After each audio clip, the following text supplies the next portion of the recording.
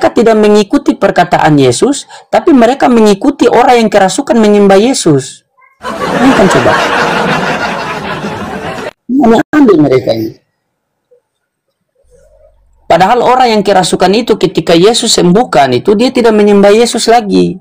Nah, roh-roh jahat ini Yesus pindahkan ke B2, dimakan B2 sama Oten. Makanya kerasukan sampai sekarang. Itu kalian. Jadi tolonglah ya, tolong kerjasamanya dengan baik. Oke, sudah ada Uni.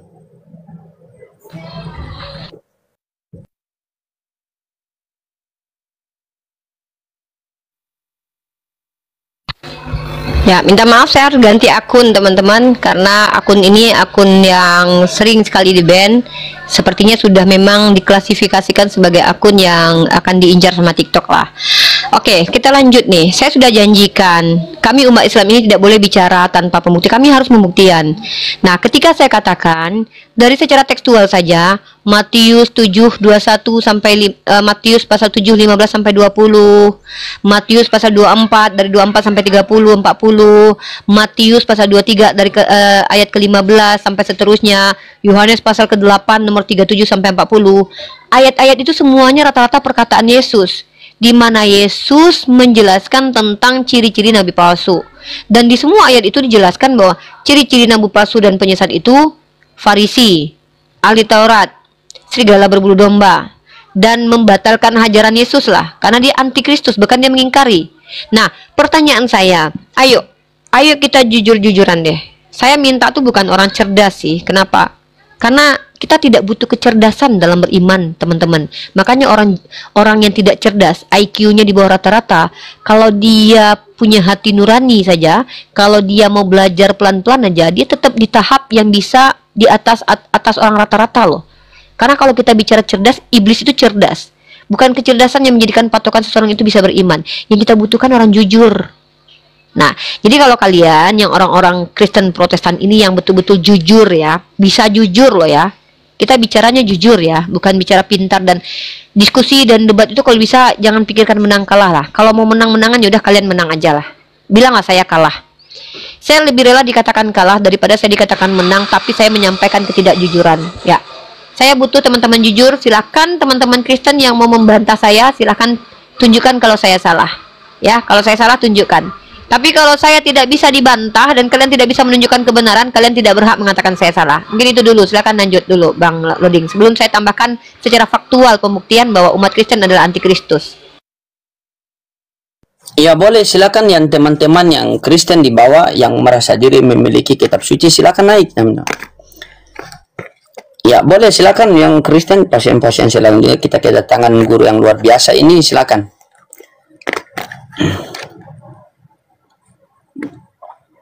Atau di apa, terangkan saja pelan-pelan Uni biar saya sambil catat di sini. Oke, kan. siap. Nah, kalau kita lihat dalam satu-satu kita kupas tuntas ya. Maaf di sini ada suara agak noise, semoga tidak terganggu teman-teman mendengarkan. Kita ambil tipis-tipis ayat yang sering kita bahas nih, Matius 23 nomor 15. Semua aspek tulisan dalam Matius 23:15 saya minta satu saja kata atau kalimat yang dipenuhi oleh Nabi Muhammad. Mari kita bahas ya. Kita buka Matius 23 ya, nomor 15 nih. Saya bacakan. Konteks ayat ini, kita bicara pakai konteks ya. Konteks ayat ini, Yesus sedang melaknat ahli Taurat, orang-orang Farisi dan Saduki. Yang mana di sini mereka adalah orang-orang yang menginginkan kematian Yesus ya, dalam Yohanes 8 nomor 23 sampai 40 ya. Dan mereka bapaknya adalah iblis, kata Yesus. Nah, sekarang kita sadar orang Kristen ini kan tahu tentang Tuhan dari orang Yahudi ya. Padahal orang Yahudi itu bahkan menurut Yesus sendiri tuh nggak bisa dipercaya omongannya. Makanya mereka bergelar ular beludak. Tapi orang-orang Kristen justru menyandarkan keimanannya dari kitab yang dibuat oleh orang Yahudi. Bahkan Rasul fundamental dalam iman Kristen sendiri adalah orang Farisi. Sementara Yesus mengatakan hati-hati dengan daging Farisi. Nah, kita bahas Matius 23 nomor 15. Tipis-tipis saya akan bacakan. Celakalah kamu. Artinya nih orang yang celaka nih. Siapa sih si celaka ini? Ingat kalau teman-teman pernah baca Al-Quran ya. Bismillahirrahmanirrahim. Fawailul lillazina yaktubuna al-kitaba biaidihim summa yaquluna hadza min indillah. Celakalah mereka yang membuat kitab dengan tangannya lalu berkata ini dari Allah. Pertama, Al-Quran divalidasi oleh Bible bahwa ada orang yang celaka yang membuat surat-surat dengan tangannya lalu mengatasnamakan itu dari Tuhan.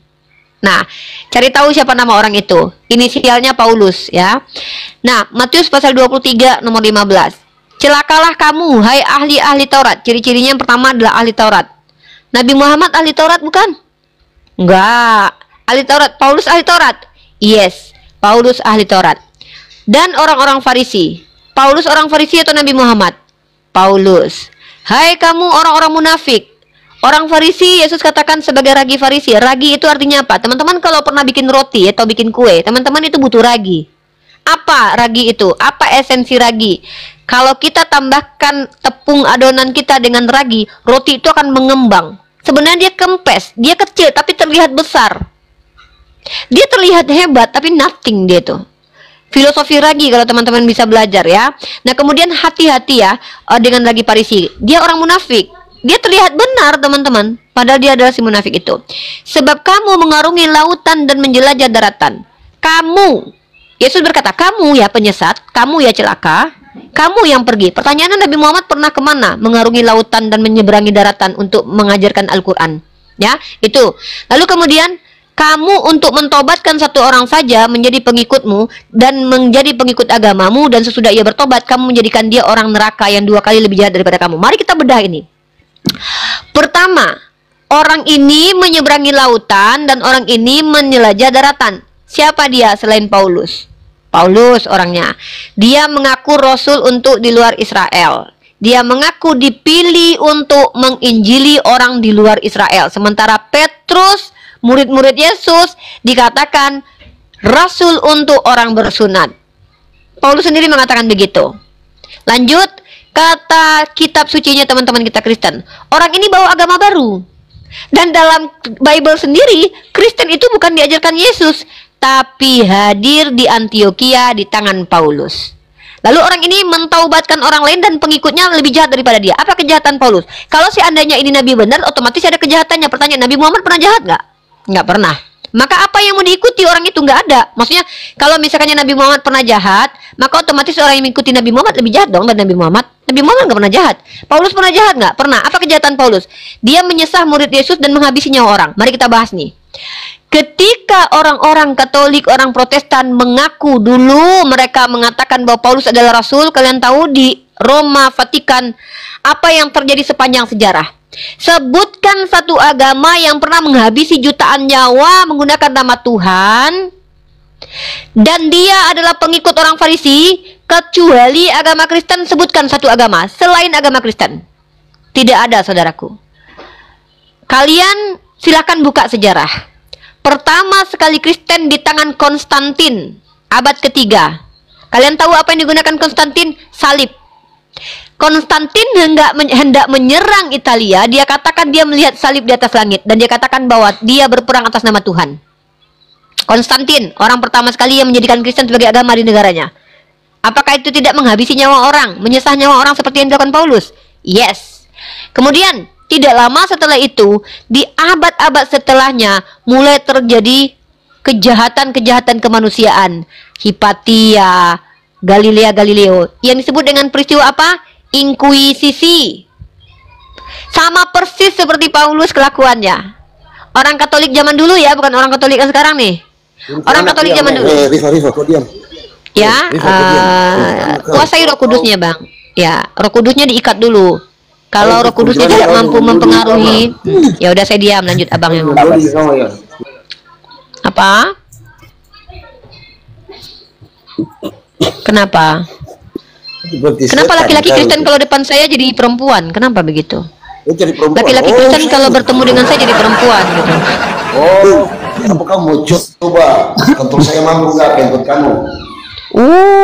Mainnya main burung beraninya. Emang burungmu bisa hidup? Takutnya nggak bisa hidup kan? Kita amankan dulu nih ya, biar ada kelanjutan. Di bawah dulu. Nah, jadi teman kita Kristen tadi ternyata naik-naik ke atas pengen menganukan saya. Promosi burungnya dia. Bang, Saya khawatirnya omong besar burung ndak ada, cuman kulit yang ada. Ya, ngomong besar, ya nyalinya sok besar, tahu-tahu nanti tinggal kulit di dalam itu barang. Takutnya begitu. Nah, lanjut. Jadi, nah ini yang ke atas mau membahas tentang kelamin dia. Kenapa orang Kristen? Apa karena habis baca Yeskiel ya tadi ya abang? Nah terus kita lanjut nih. Kalau kita lihat dari zaman dahulu sampai zaman sekarang, perhatikan teman-teman ya. Inkuisisi tidak dilakukan oleh umat Nabi Muhammad. Perang salib tidak dilakukan oleh umat Nabi Muhammad. Kolonialisme, penjajahan di Asia, penjajahan di Afrika tidak dilakukan oleh umat Nabi Muhammad. Genosida Kanada, genosida suku aborigin tidak dilakukan oleh umat Nabi Muhammad. Yang melakukan siapa? Anak-anak Tuhan, pengikut Paulus.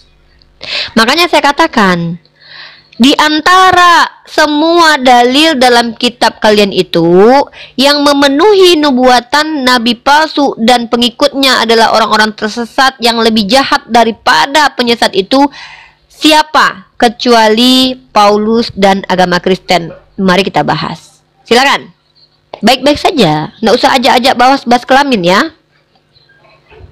Nggak tertarik saya. Punya kalian kayak risol basi, nggak bersunat. Ini ada Bang Ismail nih, Bang Loading. Ya. Oh ya. Pagi Bang Ismail. Ya, Bang Ismail. Iya. Pendeta kayaknya. Silakan Bang Ismail, lanjut. Jadi ini kan menurut temanya siapa Ada Yesus? suara Bang, ada suara musik di belakang abang tuh. Ya sebentar ya. Jadi gini, ini kan temanya siapa Yesus? Iya temanya itu, tapi saya membawa tema tentang antikristus menurut Yesus. Boleh dua-duanya dibahas. Mau yang bahas siapa Yesus, bahas siapa antikristus, boleh Bang. Abang pilih aja, mana yang abang kuasai aja lah. Ya, siapa Yesus dulu? Oke boleh, silakan. Siapa Yesus menurut abang? Enggak, saya mau nanya dulu. Ini sejauh mana Mbak Rifa mengenal siapa itu Yesus? Coba dulu. Kalau bicara mengenal Bang ya, abang harus pahami esensi atau hakikat dari mengenal. Tidak semua orang yang bertemu itu pasti mengenal. Tidak semua orang yang tahu itu pasti mengenal. Contoh, saya tahu Raffi Ahmad, tapi saya belum tentu mengenal Raffi Ahmad. Saya pernah bertemu dengan Bang Loading, belum tentu saya bisa dikatakan mengenal. Nah, definisi mengenal itu kalau menurut yang saya pahami adalah di mana seseorang mengetahui karakter seseorang tersebut. Makanya kami mengenal Allah itu bukan melihat Allah, tapi mengetahui sifat-sifat Allah. Dan dari percaya bahwa sifat-sifatnya itu dari kitab suci lah. Masa dari kitab suci lah Bang. Jangan gitu ditanyakan tuh kayak pelajaran SD kita nanti. Nah, udah tinggi-tinggi nih kita di SMA, tiba-tiba turun ke SD nih. Jadi yang disebut dengan mengenal Yesus itu, kalau dalam pemahaman saya adalah dengan mengakui Yesus seperti yang dia ucapkan, bukan seperti yang orang lain ucapkan. Karena orang lain bisa jadi tuduhan itu. Kalau saya percaya kepada orang Yahudi tentang Yesus, berarti saya jangan-jangan nanti percaya sama fitnahan orang Yahudi. Contoh, orang Yahudi menuduh Yesus itu mengaku Tuhan. Kalian kan percaya, kalau saya tidak percaya, kan itu tuduhan. Contoh, ada juga orang-orang yang mengatakan Yesus itu ODGJ. Nah, lucunya di Kristen, ketika Yesus dituduh orang Yahudi mengaku sebagai Tuhan, dipercaya. Tapi ketika Yesus dituduh sebagai ODGJ, tidak dipercaya. Jadi kan ini kayak standar ganda gitu. Kalau saya tidak bisa saya percayai semua perkataan orang tentang Yesus, kecuali saya selidiki dulu, orang ini berbohong atau tidak. Nah, tapi kalau kita punya parameter yang betul-betul ingin tahu membongkar dari kitab suci masing-masing, siapakah Yesus menurut Yesus, mari kita gunakan kitab suci yang dipercayai. Kitab suci kalian apa? Biblos. Kami tidak ada kata Yesus dalam Al-Quran. Yang ada Isa. Isa itu jelas tidak ada pertentangan antara orang Islam yang bahkan minim literasi dan tidak belajar pun. Tidak ada pertentangan di antara umat Islam sejak Nabi Muhammad sampai sekarang bahwa Yesus adalah hamba. Ya, Nabi Isa adalah hamba Allah yang adalah Rasul, tidak pernah taraf menjadi Tuhan. Begitu. Nah, jadi yang menjadi masalah adalah ini nih.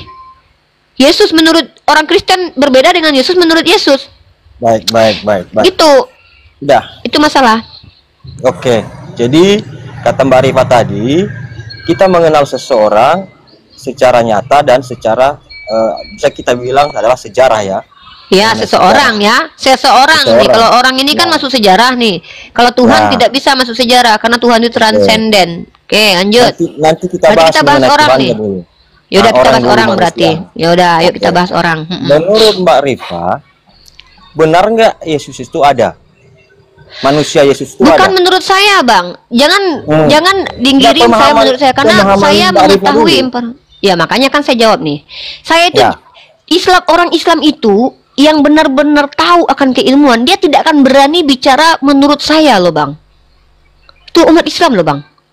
Umat Islam itu menurut ulama kiai besar di Indonesia ini dari kalangan NU bernama Kiai Haji Idrus Romli dalam bukunya tentang akidah Ahlus Sunnah wal Jamaah yang dihadiahkan ke saya secara langsung, beliau mengatakan di bukunya bahwa ulama itu menyampaikan kalam ulama bagi para orang awam itu sama seperti dalil bagi para mujtahid. Artinya apa? Kami bicara itu tidak boleh menurut saya gitu. Emang kita siapa? Nah, Baik. menurut Bible, Yesus itu siapa? Itu yang harus kita bahas. Menurut Al-Quran, Yesus siapa? Tidak ada kata Yesus, adanya Isa. Menurut Martin Luther, Yesus siapa? Pernah berzina 3 kali. Kata Martin Luther. Nah, kalau menurut Athanasius siapa Yesus? Dicatat dulu itu. Oh, yaudah pelan-pelan, yaudah. Oh, Menurut Yesus siapa dirinya? Martin Luther dulu. Ya, Martin Luther Coba, mengatakan saya Yesus belum pernah berzina dengar 3. itu. Belum pernah dengar. Beruntunglah Yesus Anda berzina. masuk ke Komal ini Coba ya. saya Beruntung Anda masuk ke Komal Datanya ini. dulu, datanya. Ya, ini saya tunjukkan datanya ya. Di sini saya pakai situs punya Ibu Rita Wayu Sarapan Pagi Biblikal ya. Oke. Kita tunjukkan datanya biar saudara kita tercerahkan ya. Beruntung Anda masuk ke Komal ini dapat informasi yang Anda Protestan ya? Ya. Wah, keren nih kalau Protestan biar tahu dia kelakuan Martin Luther ya. Oke, kita lihat di sini tentang perkataan Martin Luther yang mengatakan Yesus berjoni sebanyak 3 kali. Bentar ya. Nah. Bentar ya. Saya bukakan data, saya palingkan ini ya, saya palingkan kamera saya ke data ya. Mungkin saya harus tunjukkan dulu siapa Bu Rita Wayu. Bu Rita Wayu ini seorang scholar Kristen ya, Bang. Nah, ini saya tunjukkan datanya.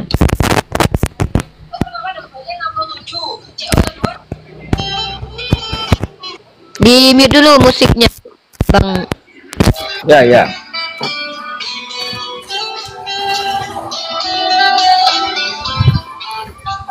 Di mute dulu Pak, di mute Video masuk. musik.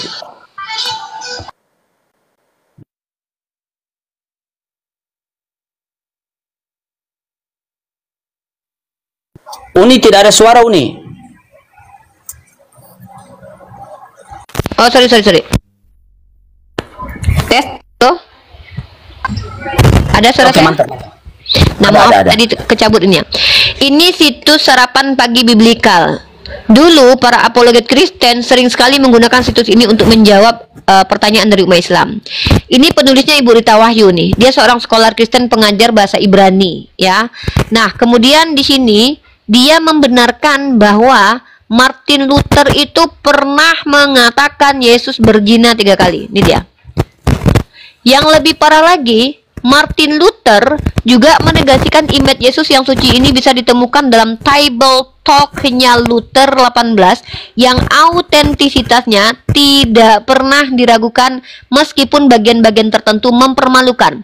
Arnold Land menulis, Weimer menyitir satu nukilan dari Table Talk di mana Luther menyatakan bahwa Kristus berzina 3 kali. Pertama dengan perempuan di sumur, kedua dengan Mary Magdalene. Nah, inilah kenapa kami tidak percaya Yesus menurut orang lain. Kami percaya Yesus menurut dirinya dan Yesus menurut para nabi. Ya. Jadi kalau kami itu percaya informasi-informasi yang goib ya, informasi yang sudah terjadi, yang akan terjadi, informasi tentang ketuhanan, kami nggak boleh percaya kecuali informasi itu datang dari nabi. Kalau datang dari orang-orang yang mengaku agama Protestan, Katolik, kami nggak boleh percaya. Karena bisa jadi mereka itu menjawab dengan kepentingan dan mana tahu dia lagi mabuk ngomong gitu. Itu Bang Ismail. Silakan ditanggapi. Kita bahas tentang Yesus menurut Yesus ya. Ada 2 tema yang bisa kita bahas sekarang. Yesus menurut dirinya, Antikristus menurut Yesus. Kalau memang umat Kristen pengikut Yesus, harusnya ikuti kata-kata Yesus. Kenapa justru kami yang lebih mengikuti perkataan Yesus? Nah, kita di sini membuktikan umat Islam yang antikristus atau umat Kristen nih. Bahas dengan jujur, bukan dengan kemarahan. Nggak perlu ngamuk-ngamuk. Santai bre. Sama-sama kita di sini punya hak yang sama di negara kita Indonesia, dan walaupun kalian ngaku anak Tuhan ya, itu kan cuma perasaan kalian aja anak Tuhan. Ya, bukan berarti kalian ngaku anak Tuhan dapat privilege di sini, ya. Bagi kami kalian manusia biasa. Silakan brotherku Ismail. Oke. Jadi sudah kita dapatkan dulu tadi ya, kita mengenal seseorang melalui kenyataan dan kita bertemu secara fisik dan juga melalui sejarah. Oke. Menurut Mbak Rifa, sesuai mungkin sepengetahuannya atau pemahamannya mengenai Yesus melalui sejarah, mungkin salah satu tadi yang disampaikan oleh Martin Luther adalah seperti itulah kelakuannya. Nah, itu kan secara keburukannya. Mengenai kebaikannya, ada nggak referensi dari sepengetahuan Mbak Rifa mengenai Yesus ini? Kalau kita bicara tentang referensi kebaikan Yesus, itu sebenarnya teman-teman Kristen kalau boleh jujur yang paling banyak itu justru Yesus ditunjukkan oleh penulis Bible sangat-sangat tidak baik tapi dikatakan baik. Contoh, ketika ada seorang yang datang kepada Yesus, guru yang baik, apa jawaban Yesus? Mengapa kau katakan aku baik? Bukankah yang baik hanya satu, yaitu Allah saja atau Allah saja, kata kalian. Yesus sendiri tidak pernah mengatakan dia baik. Bahkan ketika Yesus mengatakan seorang pezina, pesundal, hendak dirajam menurut hukum Taurat, apa kata Yesus? Boleh kalian rajam dia, tapi yang merajam adalah orang yang tidak pernah berdosa, kata Yesus. Ternyata Yesus pun tidak ikut merajam. Kalau Yesus ini orang yang jujur, ketika dia mau mengatakan, dia ngajarin orang loh, masa dia nggak ngikutin ajaran yang dia ajarkan? Kalau yang boleh melempar wanita ini, pastikan kalian tidak pernah berdosa. Kalau Yesus adalah manusia yang tidak pernah berdosa, harusnya dia ikut merajam. Karena syarat merajam wanita itu adalah dengan yang tidak berdosa. Tapi apakah Yesus ikut merajam? Tidak. Itu membuktikan secara tersirat Yesus mengakui bahwa dia tidak berhak merajam karena punya dosa. Dan bahkan anehnya umat Kristen mengimani Yesus dijadikan berdosa, bahkan dijadikan kutuk. Inilah perbedaan kita. Kalian mengimani Yesus menurut penulis Bible, di mana penulis Bible itu banyak orang, bukan satu orang, ingat ya, banyak orang loh. Jadi beragam informasi tentang Yesus yang kalian dapat. Contoh, ada yang dikatakan Yesus mengatakan Tuhan itu hanya Allah saja, bahwa dikatakan di ayat lain Yesus berkata, aku tidak dapat berbuat apa-apa dari diriku sendiri. Katanya sudah jadi Mesia. Tiba-tiba ketika dia dikatakan mati dan bangkit, dia langsung dikatakan berkata begini, segala kuasa telah diberikan kepadaku. Kan lucu ini, kontradiksi jadinya. Enggak, maksud saya tadi itu kan mengenai pengajarannya, itu kan mengenai perilakunya. Nah, maksud saya sejak dia lahir sampai dia mati di kayu salib, bagaimana keutuhan referensi tentang sejarah dari Yesus ini, itu maksudnya. Tidak ada yang utuh referensinya, Bang. Itu kan doktrin dan keimanan. Dianggap itu cerita yang benar tentang Yesus, dan sumbernya tidak jelas. Kok utuh? Kok dibilang utuh? Begini maksud saya, sejak lahir kan ada fakta sejarahnya. Tidak ada fakta sejarah Yesus lahir, Bang. Di mana itu? Ada fakta sejarah Yesus lahir. Dan ini semuanya mengakui bahwa dia pernah ada. Itu maksudnya. Semua tuh, Bang, kalau pernah ada, iya diakui. Adam aja yang tidak ada fakta sejarahnya diakui ada sama orang beragama. Abang ini maksudnya apa sih? Begini. Bang, standarisasi abang itu sejarah atau kitab suci? Gini aja dulu. Ada 4 agama, termasuk juga Islam, mengakui bahwa pernah ada namanya seorang, bisa dibilang lah Yesus kalau bahasa aslinya. Terus? Dan di bahasa bahasa Arab namanya Isa. Gitu ya. Terus? Sepakat nggak itu dulu? Pernah ada orangnya itu? Saya menyepakati apa yang diberitakan di dalam Al-Quran sebagai kebenaran, bahwa ada seorang bernama Isa ibnu Maryam sebagai Rasul Allah. Iya.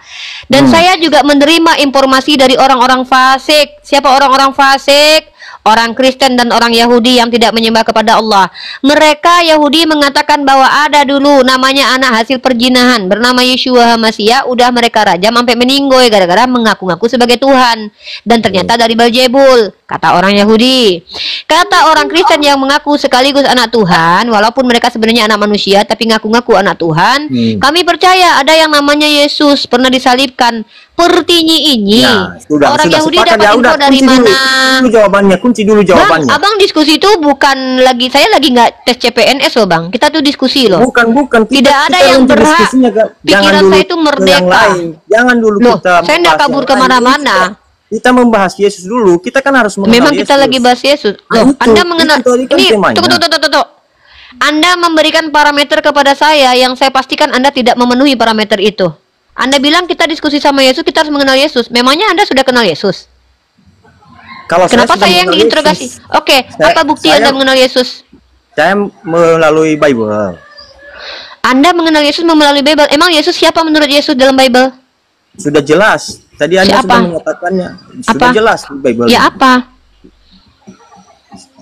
Siapa? Yang ditanya bagaimana? Apa yang ditanya? Ini inti diskusi kita. Inti diskusi kita siapa Yesus menurut Yesus. Anda mengaku kenal, tapi nggak bisa tunjukkan siapa Yesus menurut Yesus. Anda interogasi saya seolah saya ini saya mau masuk tes CPNS nih. Emang lu kenal Yesus? Anda interogasi saya. Anda ngaku kenal Yesus, tapi saya tanya Anda kenal Yesus nggak? Iya, karena saya sudah kenal Yesus. Tapi kan makanya siapa Yesus menurut Yesus? Pengakuan Mbak Rifa tadi sudah benar-benar mengenal Yesus. Kalau saya sudah mengenal. Jadi sejauh mana Mbak Rifa itu mengenal Yesus? Kalau misalnya tidak begitu mengenal Yesus, maka mengakulah saya tidak mengenal begitu Yesus. Kalau abang mengatakan mengenal Yesus, abang harus tunjukkan bukti dulu sebelum menginterogasi saya. Abang tidak punya hak interogasi kalau abang tidak memiliki parameter itu. Abang ikuti dulu parameternya. Contoh, saya ini sopan. Buktinya saya tertutup di pakaian atas bawah. Abang nggak pakai celana dalam tapi nyuruh orang tutup baju. Itu apa namanya?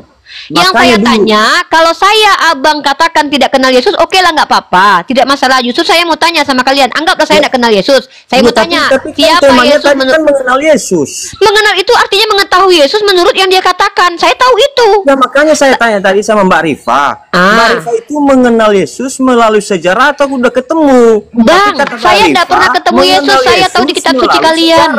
Nah, saya tanya, kalau memang benar-benar yang bilang saya kenal Yesus dari sejarah itu siapa sih Bang? Ini ngomong apa sih ini orang dari tadi nih? Ada, saya pernah ngomong saya mengenal Yesus dari sejarah. Saya tahu tentang Yesus itu dari kitab karangan Matius, Markus, Lukas yang kalian bilang suci. Ya, amplop. Berarti Anda mengenal Yesus melalui itu kan? Melalui Bible kan? Iya, menurut Bible. Terus? Aduh, ya udah jelas itu berarti sama pemahaman kita kalau begitu. Kalau sejak kapan sama pemahaman kita? Kalau Anda mengenal Yesus melalui Bible, Majang, memang Pak. Kalau Anda mengenal Yesus melalui Bible, saya juga. Lah apa urusannya? Masalahnya adalah jangankan saya yang berbeda agak Bang kalau mau ngomong sendiri gereja Bang, jangan di tempat diskusi. Itu namanya mendominasi. Anda ngomong aja Anda nggak ngerti. Enggak, Bang jangan banyak ketawa Bang. Abang ini gantian Bang. Kalau saya perempuan banyak bicara tuh normal. Abang laki-laki di depan saya ketika bicara tentang ketuhanan pasti jadi perempuan. Pasti itu. Tolonglah. Udah, lanjut. Anda kan bertanya seolah-olah Anda menginterogasi. Yang saya tidak terima, saya diinterogasi sama Anda. Hak Anda interogasi itu apa? Kalau Anda bilang Anda mengenal Yesus, terus Anda bilang saya tidak mengenal Yesus, apa bukti Anda mengenal Yesus? Tunjukkan dulu buktinya, baru kritisi orang gitu loh. Kan saya bilang alegorinya tadi. Anda mengkritisi orang nggak pakai jilbab, tapi Anda nggak pakai celana dalam. Apa itu namanya? Nah, saya tidak pernah mengatakan saya mengenal Yesus dari sejarah. Anda yang bikin kata-kata itu loh. Ada sih bilang tadi, saya cuma membahas tema siapakah Yesus menurut Yesus. Siapakah Yesus menurut Yesus, bukan menurut orang. Itu yang mau kita bahas. Dari mana kita tahu referensinya? Tidak ada kitab suci yang memuat nama Yesus kecuali Bible. Di Al-Quran tidak kenal Yesus, yang ada tuh Isa. Maka kitab yang bisa kita bawa referensi untuk mengetahui siapa Yesus menurut dirinya adalah Biblos. Pertanyaan saya, apakah kalian umat Kristen itu betul-betul mengimani Yesus seperti yang dia ucapkan? Nah, siapa Yesus menurut Yesus? Coba jelaskan ke saya. Siapa Yesus menurut Yesus? Siapa Yesus menurut Yesus? Ya, siapa? Dia firman. Nah, coba tunjukkan kepada saya bahwa Yesus mengatakan akulah firman yang menjadi daging. Mana? Kata Yesus loh. Jadi begini Mbak. Nggak pakai begini dulu. Tadi katanya kita sepakat membahas dalil kitab suci untuk menjadi referensi. Sekarang jadi begini, Bang. Jangan jadi begini, Bang. Begitu aja. Saya bisa tunjukkan siapa Yesus menurut dirinya. Pertama, Yohanes 17 ayat 3. Dia adalah utusan Tuhan. Ya. Dan dia mengatakan bahwa dia adalah nabi. Sebab seorang nabi tidak diinginkan di tempatnya. Yang paling dia ucapkan 81 kali dalam Bible, dia katakan anak manusia. Anak manusia. Dia mengatakan bahwa dia adalah guru, Sayyid, Kurios, Lord, Tuan. Pertinyi ini, kenapa orang Kristen mengatakan bahwa dia setara dengan Bapa, sementara dia berkata, Bapa lebih besar daripada aku. Aku tidak dapat berbuat apa-apa dari diriku sendiri. Artinya tanpa Bapa dia tidak mampu berbuat apa-apa. Perkara dia firman, mana? Dia mengatakan bahwa aku Yesus ada firman yang menjadi daging. Tidak ada, itu kata Yohanes. Yang konon katanya penulisnya Yohanes, tapi masih diragukan. Karena kan penulis kitab kalian tidak jelas. Kalian yakini. Saya punya banyak ayat yang menunjukkan bahwa Yesus mengaku sebagai ciptaan. Manusia, anak manusia berkali-kali itu. 81 kali dia bilang tuh, anak manusia, anak manusia. Anak manusia akan gini, anak manusia akan gitu. Entah kayak peka telinga kalian. Saya nggak tahu, entah kalian yang bebal. Yesus berulang mengatakan anak manusia, anak manusia. Nah, kalaupun dia mengatakan dia adalah anak Allah, mari kita bahas apa definisi anak Allah. Adam itu juga anak Allah loh dalam kitab Lukas loh. Ya. Maka kalau kalian mengatakan Yesus adalah Allah, ini yang penyesatan. Yesus tidak pernah mengaku sebagai Tuhan, kalian katakan dia Tuhan. Kalau dalam makna kurios, Sayyid, guru, oke lah. Gak apa-apa, saya terima itu. Karena itu kan artinya adalah pemilik umatnya. Dia memang setiap Rasul itu memang pemilik umatnya. Nah sekarang Anda kan Kristen nih, penyembah Yesus mengatakan dia Tuhan. Tuhan dalam arti pencipta yang tidak diciptakan. Apa dalilnya itu? Dasarnya apa? Satu aja, nggak usah banyak-banyak ayatnya. Ya. Tapi sepertinya Mbak Rifa ini sudah lebih mendalami namanya Bible ya. Jadi sudah tahu semuanya sebenarnya. Jadi hanya ingin mencari. Jangan menjustifikasi motivasi orang, Bang. Itu ada di dalam sini. Abang kok sok tahu tentang niat saya. Abang berubah jadi Tuhan di sini. Udah tahu sebenarnya. Wah, ini nih makanya bahaya kalau orang ngaku-ngaku anak Tuhan, guys. Langsung jadi psikolog, langsung jadi psikiater, langsung jadi Tuhan, dia tahu isi hati. Menurut Ini nih. penjelasan Mbak Kita Rifa lagi bahas diskusi. Seakan-akan Mbak Rifa sudah lebih mengenal Yesus atau lebih mengenal Bible kami gitu. Jadi Saya lebih banyak membaca mungkin dari kalian mungkin. Baca-baca, tapi kalau hanya pandangan saya ya. Tapi kalau hanya setengah-setengahnya dibaca, maka Dari mana Anda tahu saya baca setengah? Pernah nggak Anda temenin saya baca Bible? Iya, Pernah nemenin saya baca Bible? Berarti mengaku aja seluruh Bible itu belum Mbak Rifa pahami. Itu. Memahami maksudnya ikut ajaran Kristen nggak mungkin karena otak saya ini normal. Kalau yang disebut aduh, Mak Jang, Bang, ngomong aja udah nggak ngerti nih. Ini. Jadi kalau hanya mengambil satu-satu ayat itu tidak akan paham-paham, Mbak. Ya tunjukkan ayat yang berkaitan yang menunjukkan Yesus Tuhan. Kenapa Anda malah ini? Coba Anda tunjukkan ayat mana yang terkorelasi satu sama lain menunjukkan bahwa Yesus Tuhan. Coba ayat mana itu? Itu panjang penjelasannya, Mbak. Bisa nggak jelaskan? Kalau nggak bisa jelaskan turun aja, Bang. Kita mah diskusi sama orang yang bisa jelasin. Kalau nggak bisa jelasin, sok-sok pula mau jelasin, ternyata nyalahin saya. Tahu-tahu dia cuma comot ayat pula nanti. Ya, inilah orang Kristennya gini, guys. Mereka gini, guys. Sudah tahu, tapi mencari sesuatu kata-kata di dalam. Uni sudah momot ya Uni. Tidak bisa dimengerti oleh orang-orang gitu maksudnya. Jadi itu pandangan Anda. Terus sudah memahaminya. Terus kan saya terus apa? Sejauh mana pemahaman Mbak Rifa ini mengenal Yesus melalui fakta sejarah baik di Bible maupun dan yang lain. Fakta sejarah Yesus dikatakan anak hasil perjinahan, ya. Fakta sejarah mengatakan bahwa dia adalah orang yang mati terkutuk. Itu fakta sejarah. Ya, berarti fakta yang Mbak Rifa ketahui itu hanya fakta yang belum. Bentar, Bang Ismail, Anda pas ngomong ini ngerti nggak dengan apa yang Anda omongkan? Serius saya nanya, ngerti dengan apa yang diomongkan? Bukan masalah itu. Nggak, saya tanya, Anda paham nggak? Ketika Anda menilai motivasi orang lain, kita di ilmu apa yang Anda bisa? Saya tidak mau lari kemana-mana. Anda bilang nggak lari kemana? Orang Kristen ini kalau ngomong ini mabok ciu nggak sih? Lu yang ngajak gua mutar-mutar, lu bilang saya nggak mau lari kemana-mana. Apa ini? Iya. tadi kan temanya mengenal Yesus. Yaudah, Jadi bukan, jangan diganti temanya. Temanya adalah siapa Yesus menurut Yesus. Nah, sekarang Anda jawab saja sudah dari tadi loh. Udah berapa menit kita jalan loh. Siapa Yesus menurut Yesus dalam kitab Anda? Coba. enggak, gini aja. Enggak, gini aja. Lari-lari. Nanti bilang saya yang lari-lari. Bilang Anda lebih paham. Tahu pas ditanya nggak bisa jawab. Ini nih bang, kalau memaksakan diri tanpa ilmu itu memang ribet bang, susah. Minimal belajar dulu lah walaupun sedikit.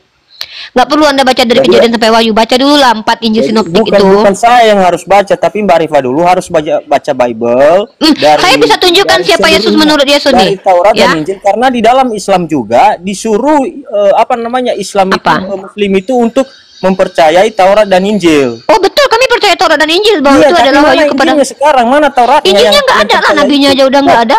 Masa nggak ada? Kok lari? Iya. Oh ya, emang Anda punya Injil asli? Injil Yesus punya? Harus Anda mengerti kalau Injil Loh, gimana ini? Orang Kristen punya nggak Injil Yesus? Seluruh yang ada saksi mata pada saat itu. Oke, Injil itu ditulis oleh saksi mata, betul? Bang, kalau cuma ngomong doang, Bang, nih ayam juga bisa nih. Bang, saya tanya nih. Ya udahlah, gini aja. Jangan ya udah gini aja, belum selesai. Saya tanya nih. Bukan. Injil, bentar dulu, katanya setiap orang yang menulis Injil itu menjadi saksi mata. Siapa yang melihat Yesus disunat, Bang? Ya orang masa-masa itulah masa. Siapa namanya? Kalau cuma ngomong gini, ya ada. Siapa di dalam Bible yang melihat Yesus disunat? Kalau mau ingin tahu baca aja Bible-nya. Kalau tidak bisa menjawab, ngapain mengkritisi saya? Menjawab. Jadi jangan dulu lari ke sana dulu. Loh, Anda yang mengklaim bahwa setiap penulis Bible itu melihat secara langsung kesaksiannya. Siapa yang melihat Yesus bangkit? Siapa yang melihat Yesus disunat? Siapa yang melihat bahwa Yusuf tidak pernah bersetubuh dengan Maria? Siapa yang lihat? Oke, kalau begini aja. Siapa yang melihat Roh Kudus ketemu Joseph? Siapa yang pernah melihat Roh Kudus bertemu Maria? Siapa dia yang melihat? Siapa yang melihat ketika Yesus lahir di kandang domba? Banyak kali ceritanya, Bang. Oke, begini aja. Kalau misalnya Mbak Rifa tidak mempercayai Injil yang di Kristen dan Taurat Kristen, Injil ini nggak ada, Bang. Kitab kalian itu bukan Injil Biblos. Ini nggak malu orang Kristen ini. Enggak, saya mau tanya Mbak Rifa, sekarang Injil dan Taurat yang di... Teman-teman perhatikan ya, orang Kristen di depan kita ngomong banyak kali klaimnya dari tadi. Saya pikir dia mau ngejelasin kitab dia loh. Ternyata dia ngajak saya supaya jangan bahas kitabnya. Walaupun saya jelaskan sama Mbak Rifa, tapi saya yakin Mbak Rifa tidak akan percaya dengan Bible. Ya kalau Anda sudah yakin saya tidak akan percaya, ngapain Anda di atas? Sudah diam dulu, jangan paksain ngobrol. Ini lucu nih. Dia yakin saya tidak akan terima, tapi dia pengen ngomong. Mbak Rifa. Karena nggak kalau usah, misalnya, saya nggak usah dikasih tahu. Saya sudah ada penasehat. Aneh kan orang Kristen kan? Saya yakin Mbak Rifa tidak akan mendengarkan saya, tapi saya pengen ngomong juga. Ngapain, Bang? Taurat yang Anda percaya itu tidak ada lagi. Tidak ada lagi. Ya. Terus bagaimana mengimaninya? Mengimani iblis itu maksudnya harus lihat iblis gitu. Bukan, saya tanya sama Mbak Rifa. Kan tadi saya kan jawab menggunakan begini. Menjawab. Kamu tahu arti iman? Arti iman apa? Iman artinya apa? Mengimani aja tanpa ada Makanya saya tanya, aduh, arti iman ngerti nggak nih si orang Kristen nih? Kamu baca Ibrani pasal 11 nomor 1 deh, arti iman dalam agamamu. Jangan dulu diambil dari Bible. Loh, kamu punya parameter iman tapi kok tantrum ketika dibahas Bible-nya. Dalam Bible iman itu artinya adalah pengharapan akan sesuatu yang kamu tidak lihat. Tiba-tiba kamu harus memaksa saya melihat Injil dan Taurat, kan lucu kamu itu. Iman dalam Islam itu bukan hanya sekedar percaya, tapi ketika berbicara dibenarkan di hati. Harus percayai kitab Taurat dan Injil. Sekarang saya tanya sama Mbak Rifa, kalau memang jangan dulu diambil isi Bible, semua isi Bible Kristen dulu. Malu kalau Bible dibahas. Bukan masalah itu. Sekarang saya tanya sama Mbak Rifa, yang mana Taurat dan Injil di dalam Al-Quran yang ditunjuk itu? Oke, saya jawab. Kalau nggak ada, ya sudah. Oke, saya jawab. Kutipan ajaran Taurat di dalam Al-Quran banyak. Ketika Allah berfirman, ya, dikatakan kepada Bani Israel, ya, wa aqimus sholata wa atuz zakata warka'u ma'ar raki'in, dalam surah Al-Baqarah. Itu adalah Taurat atau hukum yang diberikan kepada Bani Israel. Ya, saya turun lagi nih, kena banet. Bentar, kena ban. Nah, yang kedua, Pak Ismail, kenapa Bapak turun? Kabur dia juga.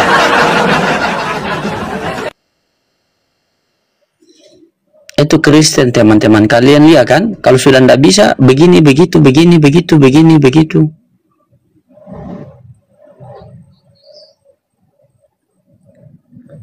Ya, sebentar.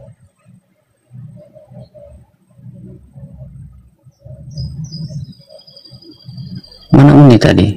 Begini, begitu, langsung kesurupan dia. Itulah Kristen, teman-teman. Kalau tidak bisa menjawab, lari kemana-mana.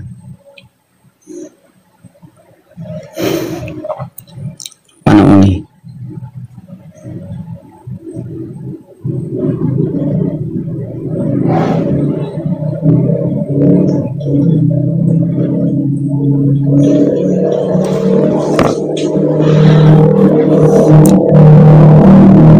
Ya, Pak Rumanto, Islam Kristen, Pak?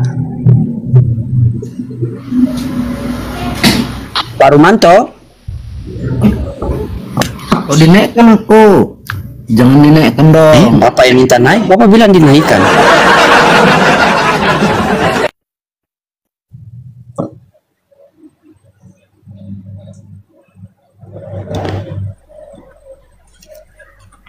Ya, lanjut tuh nih. Lanjutlah. Sudah Momot, silakan. Ya.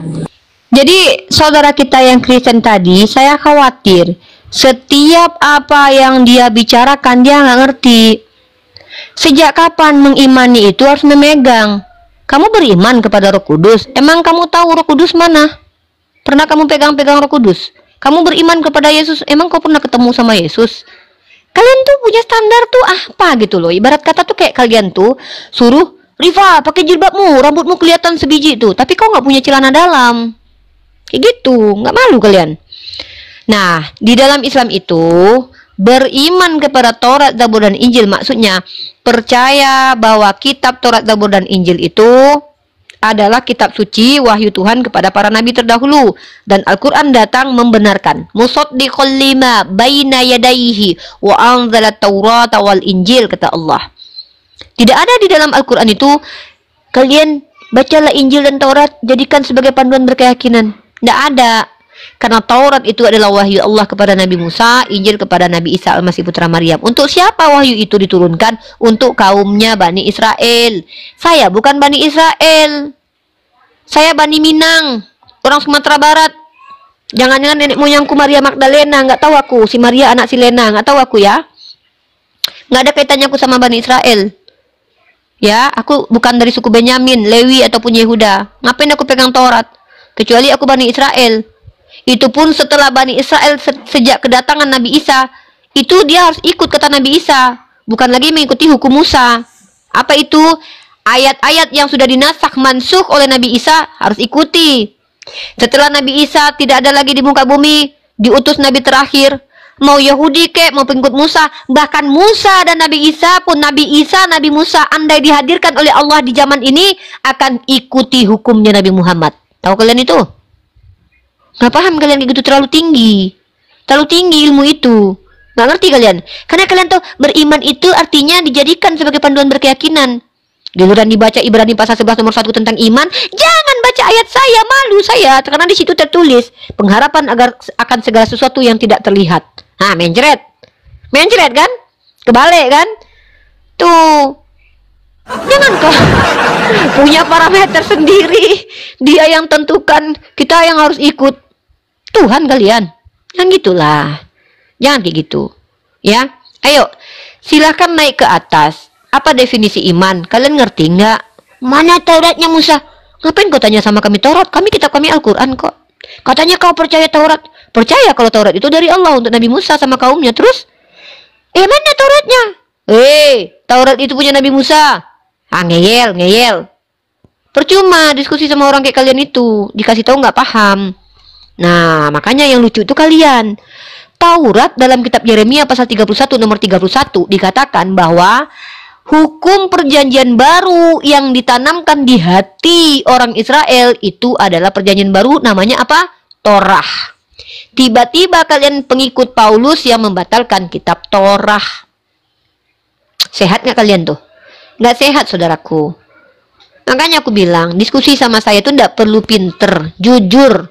Nggak apa-apa deh kalian cuma baca, akulah jalan kebenaran dan hidup. Pada mulanya firman-firman bersama Allah, firman menjadi daging. Itu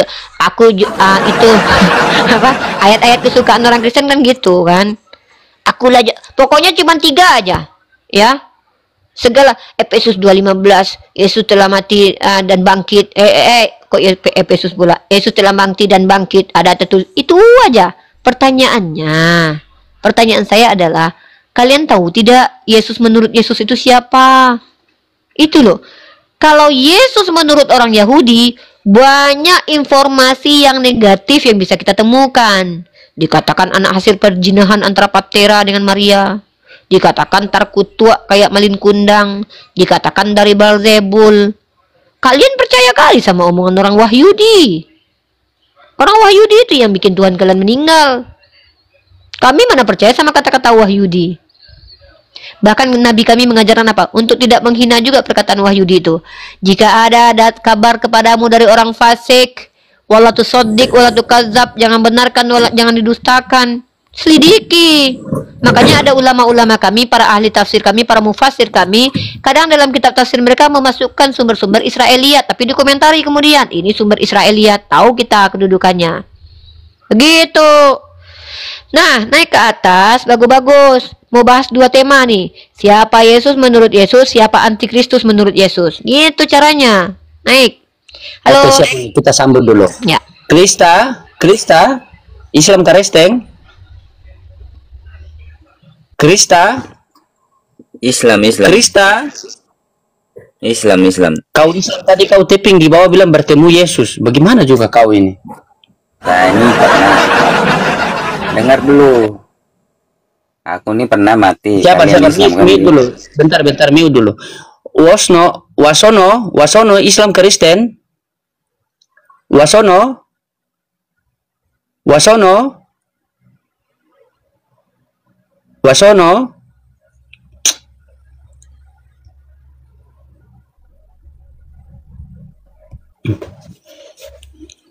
Belum ada yang waras Uni. Cari dulu yang waras ya. Bentar. Sulit, nggak ada. Kalau waras mereka udah mau alaf, insya Allah.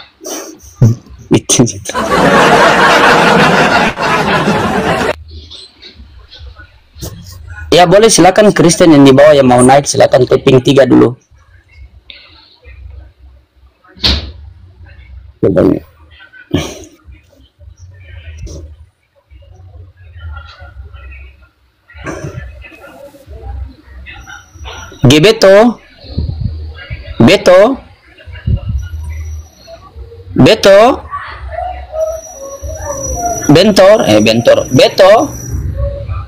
Beto,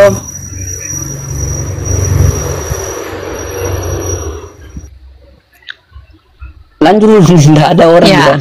Lanjut dulu. Jadi teman-teman Kristen, memang saya akui ketika kita betul-betul berdiskusi menggunakan pendekatan tekstual dan juga faktual, saya akui kami sulit dibantah. Saya akui itu. Saya paham itu.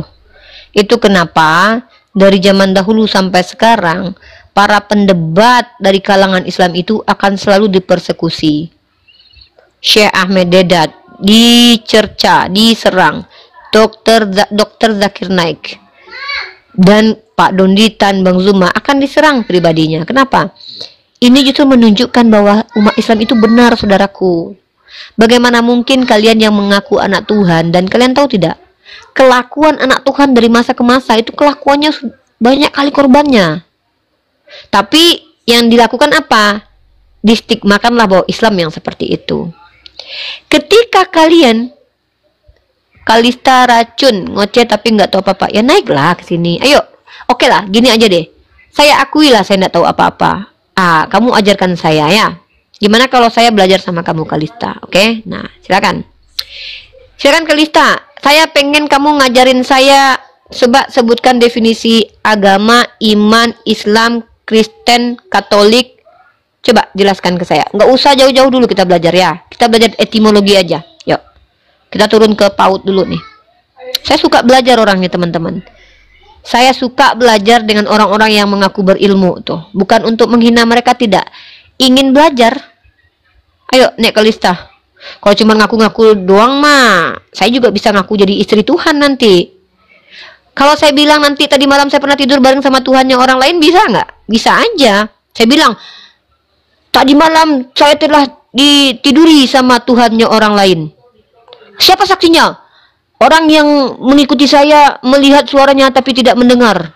Nah, ditanya lagi, ada orang itu mendengar suara tapi tidak melihat, mendengar desahannya ada tapi nggak ngelihat. Nah, yang satu lagi kesaksiannya, mereka melihat tapi nggak dengar desahan saya. Kayak gitu benar nggak itu kira-kira? Kalau saya bicara seperti itu, bisa nggak dikatakan itu sebagai kebenaran? Nggak bisa. Klaim itu juga tidak bisa dibenarkan. Makanya belajar teori kebenaran dalam ilmu.